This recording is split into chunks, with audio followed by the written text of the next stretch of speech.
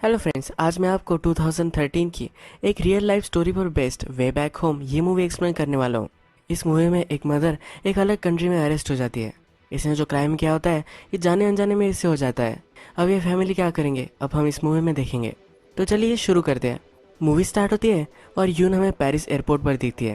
Airport की जो authority होती है इसको इस पर शक हो जाता है और ये यहाँ अरेस्ट हो जाती है। अब इसकी बैक स्टोरी हम देखेंगे। हमें हमारे दो मेन कैरेक्टर दिखते हैं, यून और जोंग। यून वाइफ है और जोंग उसका हस्बैंड है। ये दोनों एक कार रिपेयरिंग शॉप चलाते हैं। यून भी आज गाड़ियों को साफ कर रही होती है तभी एक स्पाइडर उसे दिखता है। उसका हस्बैंड उसे बुलाता है तो स्पाइडर मर जाता है। आज उसके हस्बैंड के बहुत सारे फ्रेंड्स आने वाले होते हैं। ये कहती है कि मैंने आज स्पाइडर को मार दिया है, ये आप शुगन है, आज उन्हें आने से मना कर दो।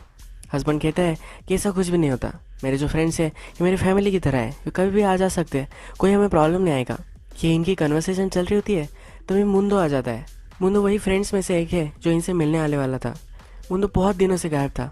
वो कहाँ था, क्या कर रहा था, किसी को कुछ भी पता नहीं है। रात में जब ये डिनर कर रहे होते हैं तो और दो फ्रेंड आते हैं। इन फ्रेंड्स में से एक बिजनेसमैन होता है, एक कंप्यूटर की शॉप चलाता है और एक मुंदो होता है। एक दूसरे से अपना हाल चाल पूछते हैं। मुंदो को पूछने पर कि वो क्या करता है एक स्टोरी मेकअप कर देता है।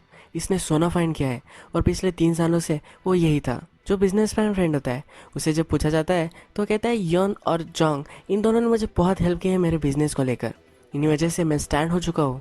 और तीसरा जो फ्रेंड है कंप्यूटर सेंटर चलाता है। इस रात इन सब फ्रेंड की रीयूनियन हो जाती है।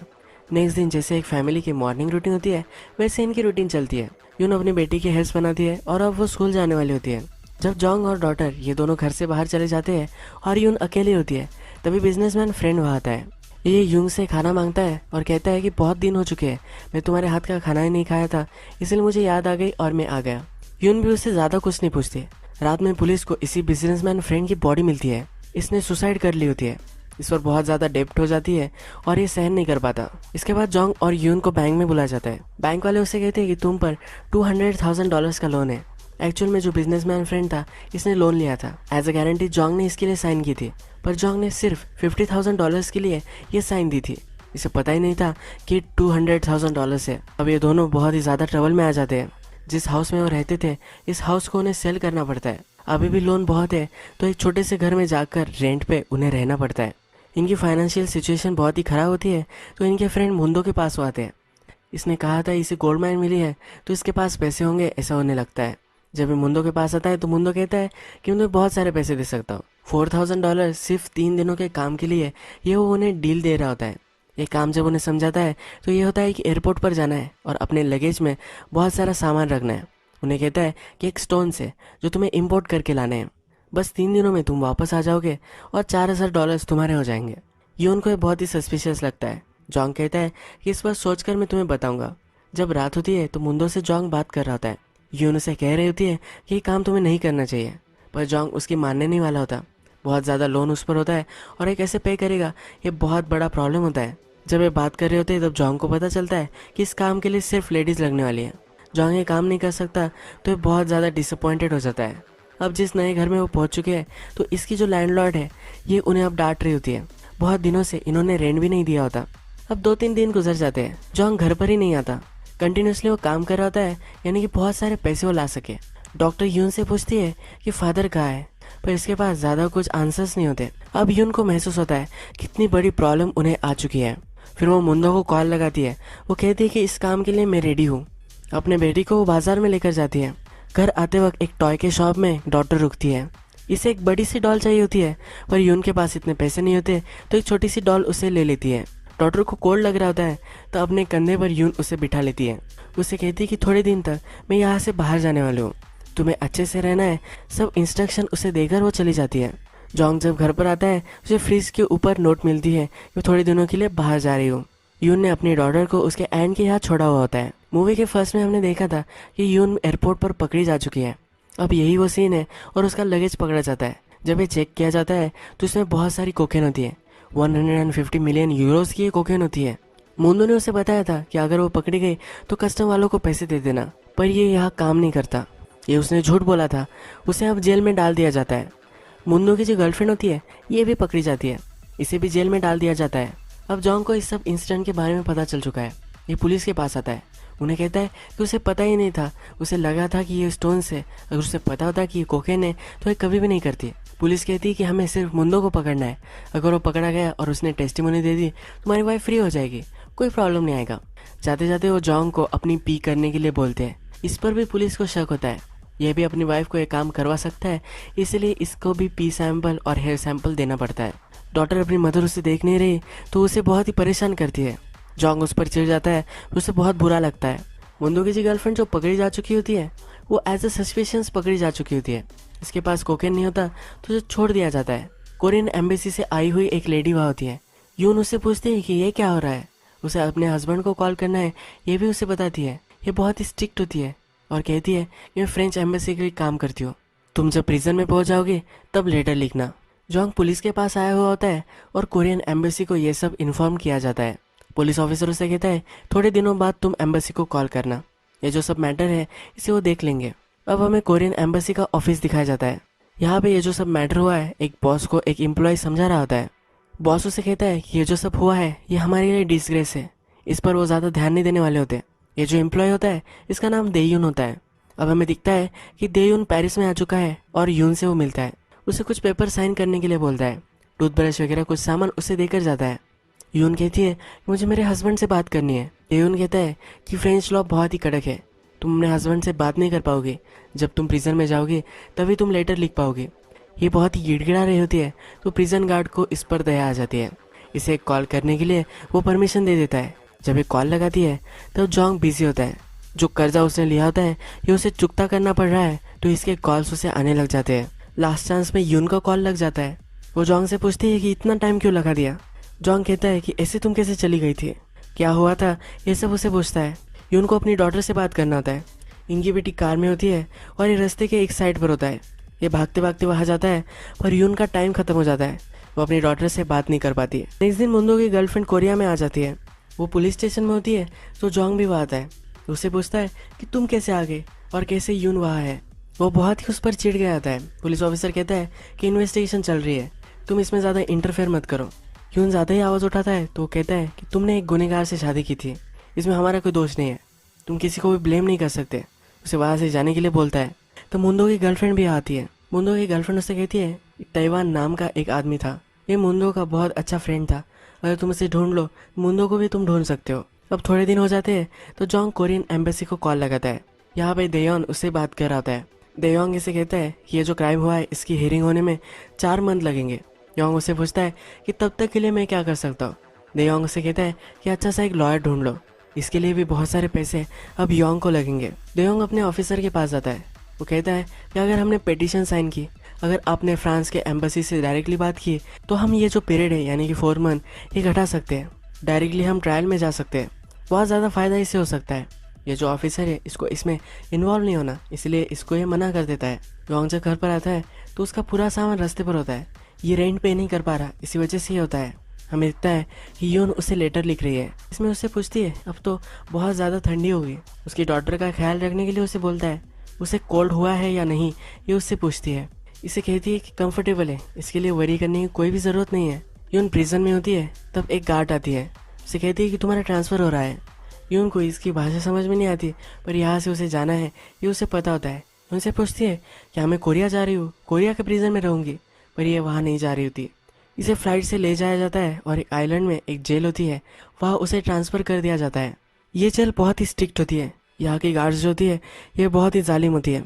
यून को इनकी भाषा समझ में नहीं आती तो कम्युनिकेशन का बहुत ज़्यादा प्रॉब्लम इसे होता है। जब रात होती है तो उसके पास गार्ड्स आती है, इसे कुछ गोलियाँ देती है, इसे लेनी होती है पर ये ले नहीं रही होती है। इसे फिर ये मारते हैं और ज़बरदस्ती ये उसे लेनी पड़ती है। नेक्स्ट सीन में हमें दिखता है ये जो योंग है ये मुंडो के ऑफिस में आ चुका है। अगर वो मुंडो को ढूंढ लेगा तो यून की सज़ा कम हो सकती है, उसे सज़ा भी नहीं हो सकती। ऑफिस में जब वो आता है तब और कुछ गुंडे वहाँ आए हुए होते हैं। इन्हें लगता है कि मुंडो का फ्रेंड है तो इसे बहुत मारते हैं। योंग को फिर वो अपने बॉस के पास लेकर आते हैं। जो सब सिचुएशन हुई है योंग उन्हें समझाता है। बॉस को बहुत ही बुरा लगता है कि ये भी उनके जैसा ही है। ये जो गैंगस्टर बॉस है इसके भी पैसे लेकर मुंडो भाग चुका था। जोंग उसे कहता है कि मुंडो को तुम्हें भी ढूंढना है और मुझे भी ढूंढना है, हम दोनों एक साथ काम कर सकते हैं। पर ये गैंगस्टर उसकी इंसल्ट कर कर उसे घर भेज देता है। जोंग पर बहुत सारा लोन अभी है तो उसे बहुत ज़्यादा काम करना पड़ता है। उसके डॉटर का ख्याल अच्छे से नहीं रख पाएगा तो डॉटर की जो एंड होती है वो छोड़कर उसे चला जाता है। यून को जेल में बहुत ही तकलीफ होती है। ये जो खाना खा रही होती है ये दूसरी इनमेट्स इसका खाना सब छीन लेती है। रात में फ्लोर पर जो बेड क्रम्स पड़े हुए होते हैं ये खाकर वो सो जाती है। जॉन्ग मुंडो के ऑफिस में गया था, बहुत सारी रिसिप्ट वहाँ से उसने लाई है। एक एक रिसिप्ट को वो कॉल करता है। उसे कुछ ना कुछ तो एविडेंस चाहिए होता है, उसे कुछ ना कुछ तो पता चाहिए होता है कि मुंडो कहाँ है। ये बहुत सारी जगह कॉल लगाता है और तैवांग और मुंडो इन दोनों का पता ढूंढता है। एक वॉच की शॉप में एक कॉल लगती है। मुंडो जहाँ है ये इन्हें पता है। जॉन्ग फिर इस शॉप में जाता है। शॉप में जाने के बाद मुंडो के नाम की जो घड़ियाँ होती है ये उसे दिखाई जाती है। इस शॉप के पीछे मुंडो का सब ऑपरेशन चलता है और मुंडो को मिलने का ये कीवर्ड होता है। जॉन्ग को इन वॉचेस में से एक वॉच चूज करना पड़ेगा और जो दुकानदार है इसे पता चल जाएगा कि क्या काम मुंडो के पास इसका है। जॉन्ग को ये समझ में नहीं आता तो वहाँ से चला जाता है। पुलिस इस पर बिलीव नहीं करती। जो इंस्पेक्टर होता है वो कहता है कि ये सब तुम कहानियां बना रहे हो, इससे अंडरग्राउंड ऑपरेशन वगैरह ऐसा कुछ भी नहीं होता। अपने कलीग को ये सब बताता है और ये दोनों हंसते हैं। बातों बातों में तैवांग का नाम भी जॉन्ग ने बताया होता है। ये पुलिस ऑफिसर अपने कलीग को ये बताता है। कलीग को क्लिक होता है, वो कहता है कि ये मोस्ट वांटेड है। इनकी लिस्ट पर तैवांग होता है। जब जॉन्ग इस शॉप के बाहर होता है तो तैवांग उसे देखता है। ये इसके पास से ही जाता है, इसके पीछे भागता है पर ये कुछ ढूंढ नहीं पाता। नेक्स्ट सीन में यून की जेल में दिखाई गई है। इस जेल में एक अमेरिकन होती है, ये यून की सेलमेट होती है। जो दूसरे कैदी होते हैं इससे इसकी ज़्यादा कुछ जमती नहीं। इन दोनों में बहुत बड़ी लड़ाई हो जाती है। इसमें यून को भी बहुत मारते हैं। यह जो अमेरिकन है फिर अपने सेल में रो रही होती है। ये अमेरिकन जब मार खा रही थी तो उसका एक किचन नीचे गिर गया था। इसमें ये अमेरिकन और उसकी मदर का फोटो था। यून फिर ये किचन उसे देती है। उसे कहती है कि मैं भी मदर हूँ, मुझे पता है कि तुम कैसे महसूस कर रही हो, पर तुम्हें रोना नहीं है। अगर तुम्हारी मदर को पता चला कि तुम रो रही हो तो उसे बहुत ही बुरा लगेगा। यह अमेरिकन फिर इसे हक करती है और यहाँ रोने लग जाती है।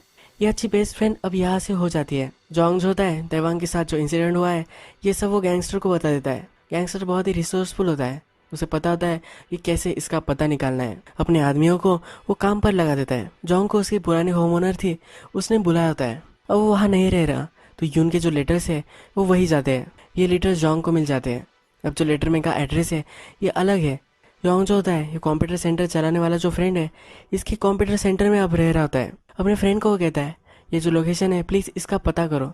जॉन्ग फिर ये लेटर पढ़ता है। इस लेटर में यून कहती है कि मैं पेरिस में थी, वो बहुत ही कोल्ड था, पर अब मैं ट्रॉपिकल आइलैंड में आ चुकी हूँ। यहाँ बहुत ही गर्मी होती है। मेरे पास ज़्यादा पैसे नहीं है कि मैं तुम्हें लेटर्स लिख सकूँ। थोड़े से पैसों की मुझे ज़रूरत है। मुझे पता है कि तुम्हारी फाइनेंशियल सिचुएशन बहुत ही ख़राब हो सकती है, पर फिर भी उसे हेल्प अब चाहिए होती है। अपने बेटी का फोटो मंगवाती है। योंग फिर यन को जो सब चीज़ें चाहिए होती है ये सब इकट्ठा करता है। एक्सप्रेस शिपिंग के ऑफिस में हो जाता है। वहाँ की जो लेडी होती है वो उसे कहती है कि ये शिप करने में 20 डेज लग जाएंगे, ये बहुत ही ज़्यादा टाइम है। तो ये उसे सजेस्ट करती है कि अगर तुम कोरियन एम्बेसी से ये शिप करोगे तो ये बहुत ही फास्ट चला जाएगा। अब नेक्स्ट सीन में हमें दिखता है कि जो गैंगस्टर था उसे तैवान कहाँ है ये पता चल चुका है। जोंग को भी कॉल आ जाता है और वो जहाँ होता है यहाँ वो चले जाते हैं। तैवांग को बहुत ही मारने लग जाते हैं। तभी पुलिस वहाँ आती है। पुलिस तैवांग को ले लेती है और उससे पूछताछ करने लग जाती है। जोंग भी वहाँ आता है तो उसे देखकर वो सरप्राइज होते हैं। गैंगस्टर योंग से बात करता है, उसे कहता है कि तुम जो अब लड़ाई लड़ रहे हो इसमें परसिस्टेंट होना बहुत ही ज़्यादा इंपॉर्टेंट है, कभी भी हार मत मानना। ये कहकर वो चला जाता है। योंग फिर कोरियन एम्बेसी को कॉल लगाता है। उन्हें कहता है कि मनी ट्रांसफ़र मुझे करना है, अगर आपके थ्रू में करूँगा तो ये बहुत ही फास्ट हो जाएगा। यहाँ पे देयांग उसे कुछ अच्छे से आंसर नहीं करता। वो कहता है कि क्या हमें यही काम है? तुम्हारी वाइफ एक फेलन है, एक डिस्ग्रेस है इस कंट्री के लिए, हम इसे ज़्यादा कुछ मदद नहीं कर सकते। यून की हियरिंग होने वाली है या नहीं इसके पहले उसका इंटरव्यू होता है। कुछ नए एविडेंस अगर होंगे तो उसकी डिफेंडेंट जज को बताती है। यूंग यहाँ कुछ भी बोल नहीं पाती क्योंकि उसे फ्रेंच भी नहीं आती और इंग्लिश भी उसे अच्छी नहीं आती। अब इसकी जो हियरिंग है और 4 महीने के लिए पोस्टपोन हो जाती है। यह बाहर आकर अपने अटॉर्नी से कहती है कि कितना टाइम लग सकता है। अपनी तुटक भाषा में ही इससे सब कुछ बोल रही होती है। वो कहती है कि तुम्हारा ड्रग्स का कैसे 2 साल तक लग सकते हैं सिर्फ तुम्हारा ट्रायल स्टार्ट होने में। यूंग बहुत ही डिसअपॉइंटेड होती है। अब जो पुलिस है इसने मुंडो को ढूंढ लिया है। जोंग वहाँ आता है, उस पर झपक पड़ता है, उसे कहता है तुम ऐसा कैसे कर सकते हो। पुलिस जोंग को समझाती है कि तुम्हारे लिए इम्पोर्टेंट है। अगर इसने सही से गवाही दे दी कि योन को पता ही नहीं था कि उस बैग में क्या था तो योंग छूट सकती है। यून भी फिर उसे प्यार से समझाता है। जोंग का लेटर यून को मिलता है। इसमें इसकी बेटी की फोटो होती है। ये देखकर वो रोने लग जाती है। जोंग कहता है कि हम दोनों ठीक है, हमारे बारे में तुम्हें कोई भी चिंता करने की ज़रूरत नहीं है, तुम सिर्फ अपना ख्याल रखना। जो सब हुआ है ये मेरा ही फॉल्ट है, इसके लिए मैं बहुत ही गिल्टी महसूस करता हूँ। हम गिव अप नहीं करने वाले। हम होप रखेंगे कि तुम जल्द से जल्द यहाँ से बाहर आ जाओगी। अब इनकी जो डॉटर है ये ज़रा बड़ी होने लग गई है, तो यूंग अपने लेटर में लिखती है कि उसकी फ़ोटो मुझे भेज दो। अगर मैं उसके बर्थडे के लिए वापस नहीं आ सके तो उसे पार्क में लेकर जाना। वो अपनी बेटी को लिखती है कि बहुत सारी पढ़ाई करना और फादर को ज़्यादा तकलीफ मत देना। अब यून जो है अब प्रिजन में अच्छे से घुल मिल चुकी है, उसकी अब फ्रेंड भी बन चुकी है, तो अब इसे ज़्यादा कुछ प्रॉब्लम नहीं आ रहा। यूंग को जज के सामने प्रॉब्लम आता है क्योंकि वहाँ ट्रांसलेटर ही नहीं होता जो कोरियन में बात कर सके और क्या हो रहा है ये सब यून को समझा सके। ये सब प्रॉब्लम वो लेटर में लिखती है। जोंग फिर कोरियन एम्बेसी को कॉल करता है। वो कहता है कि ट्रांसलेटर वहाँ क्यों नहीं है। देयोन कहता है कि बहुत ही रिमोट फैसिलिटी में है, यहाँ पर हम किसी को भी नहीं भेज सकते। अगर भेजा जाए तो बहुत ज़्यादा खर्चा आ जाएगा, ये हम टैक्स पेयर के मनी से कैसे ले सकते हैं। पहले हमारा बजट इतना कम है और अगर तुम्हारे वाइफ पर हमने खर्चा कर दिया तो लोग हमें क्या कहेंगे। हम एक ड्रग ट्रैफिकिंग करने वाली पर इतना ज़्यादा पैसा खर्च नहीं कर सकते। ये घटिया आंसर देकर वो कॉल कट कर देता है। नेक्स्ट सीन में हमें दिखता है कि मुंदो की हियरिंग चल रही होती है। मुंदो जो होता है अपने क्राइम के लिए कन्फेस कर लेता है और ये भी बता देता है कि यून की इसमें कुछ भी गलती नहीं थी। जॉन्ग कोर्ट रूम में पूछता है कि अब क्या प्रोसेस होगी। वहाँ का लॉयर उसे कहता है कि जो भी ट्रांसक्रिप्ट इस कोर्ट रूम की है वो अब हम कोरियन एम्बेसी को सेंड करेंगे या फ्रेंच की एम्बेसी को ट्रांसलेट कर सेंड करेंगे और इसके बाद यून का जो ट्रायल है वो स्टार्ट हो जाएगा। वो जल्द से जल्द वहाँ से बाहर आ सकेगी। यून के लिए ट्रांसलेटर मिल नहीं पा रहा तो जोंग अपने फ्रेंड को लगाकर इंटरनेट पर मैसेज भेजता है। अगर कोई कोरियन फ्रांस में रह रहा होगा तो उसे ये मैसेज मिल सकता है। ये जो अब ट्रांसक्रिप्ट है जो कोरियन एम्बेसी को फ्रेंच एम्बेसी को भेजने हैं, इसका काम स्टार्ट हो जाता है। इसमें 2 महीने लग जाते हैं। इसमें जोंग कॉल करता रहता है पर देयांग जो होता है इसे बहुत ही घटिया आंसर्स देता है। कोरियन एम्बेसी में एक बड़ा ऑफिसर आने वाला होता है।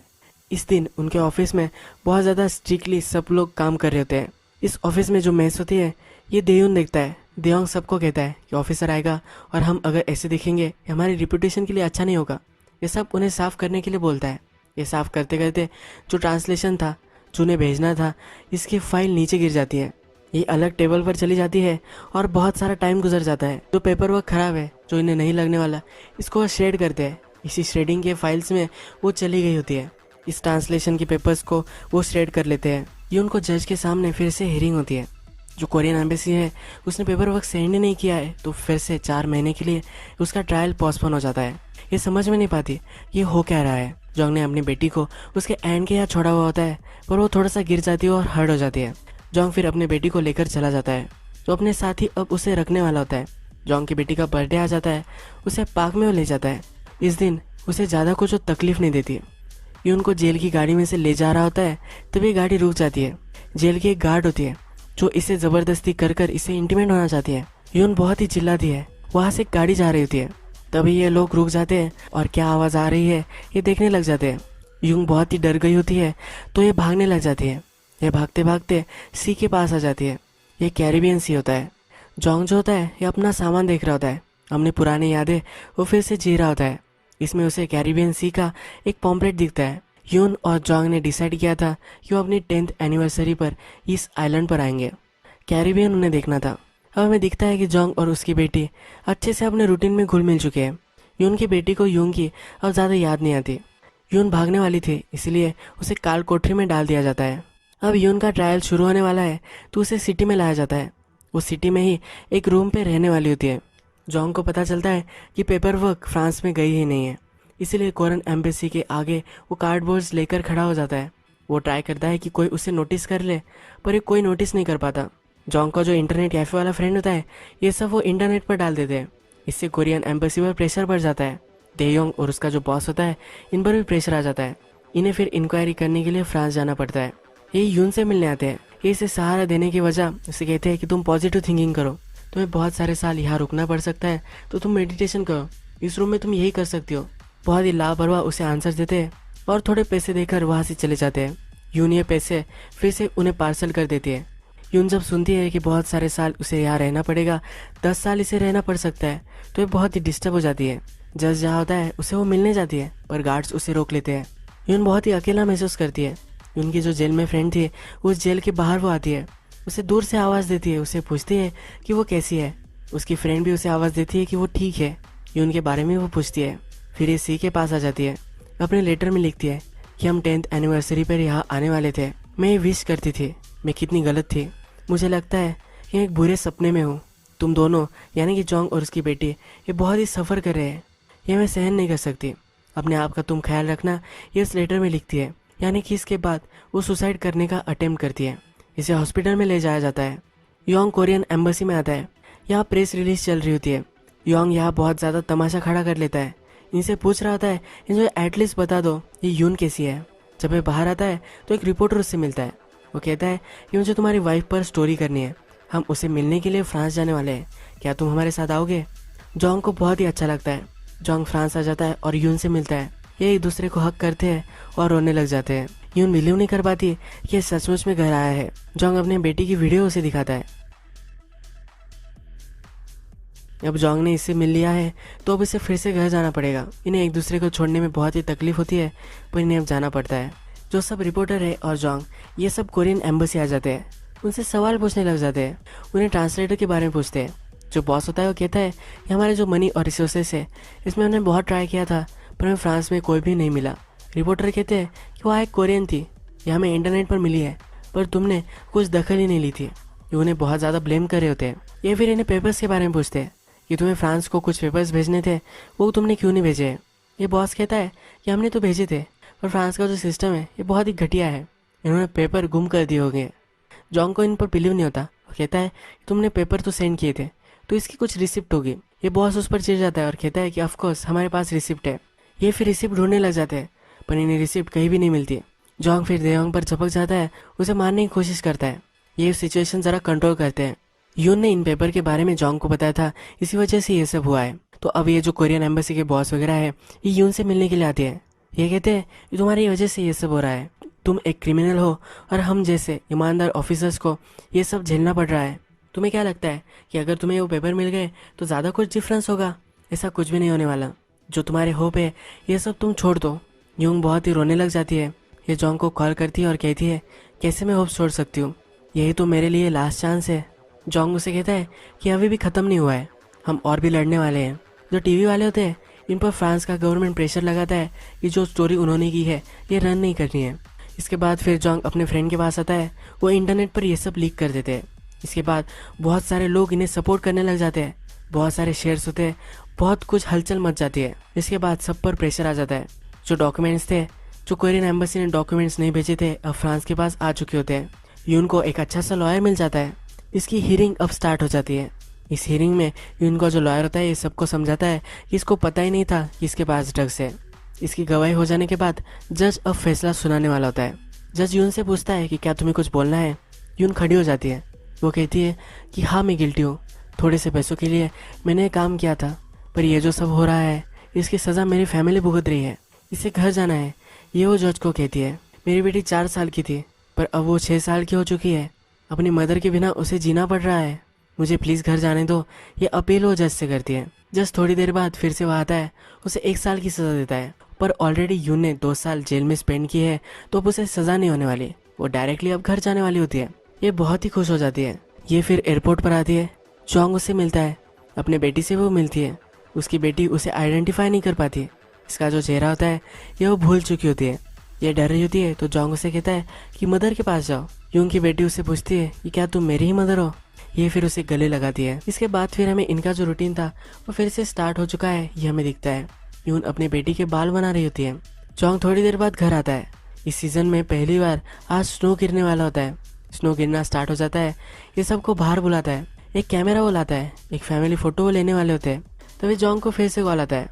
कोरियन एम्बेसी से कॉल होता है। उसे कहा जाता है कि गुड न्यूज़ है, तुम्हारी वाइफ घर पर आने वाली है। जोंग को इस पर गुस्सा आता है, पर वो इस पर ज़्यादा ध्यान नहीं देता। कैमरा ऑन करता है और फैमिली फ़ोटो में आ जाता है और एक स्माइल करते हुए एक बढ़िया सी वो फ़ोटो निकालते हैं। इनकी फैमिली अब फिर से बन चुकी है। यही मूवी ख़त्म हो जाती है।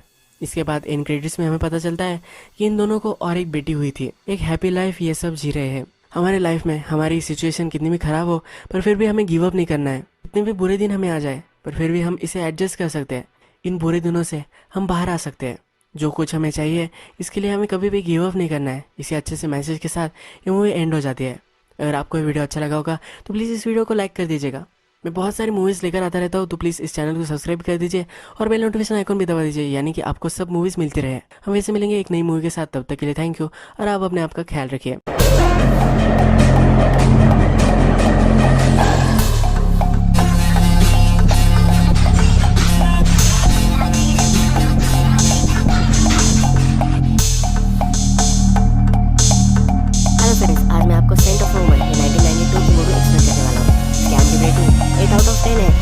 बहुत ही सही मूवी है। इस मूवी में एक ओल्ड टर्नर मरना चाहता है, बट इसके मरने से पहले बहुत सारे विशेष होते हैं। ये विश कंप्लीट करने में एक स्टूडेंट उसे हेल्प करता है। ये इस मूवी की स्टोरी लाइन में डायरेक्टली शुरू करते हैं। मूवी स्टार्ट होती है, हमें बड़ी सी एक स्कूल दिखाई गई है। ये बीआई नाम की स्कूल है और ये बहुत ही फेमस है। यहाँ बहुत स्कॉलर बैठ के पढ़ते हैं। यहाँ हमें हमारा मेन कैरेक्टर दिखता है, इसका नाम चार्ली होता है। ये जो वीक होता है थैंक्सगिविंग का वीक होता है और सब स्टूडेंट्स अपने घर जाने वाले होते हैं। इसके बाद कुछ बिगड़े हुए बच्चे स्कूल के बाहर हमें दिखते हैं। उनका जो प्रिंसिपल होता है ये एक नई कार में आता है।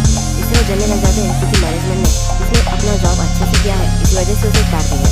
ये सब लड़के अपने प्रिंसिपल को हेल्प करते हैं। ये सब वो प्लान बना रहे होते हैं।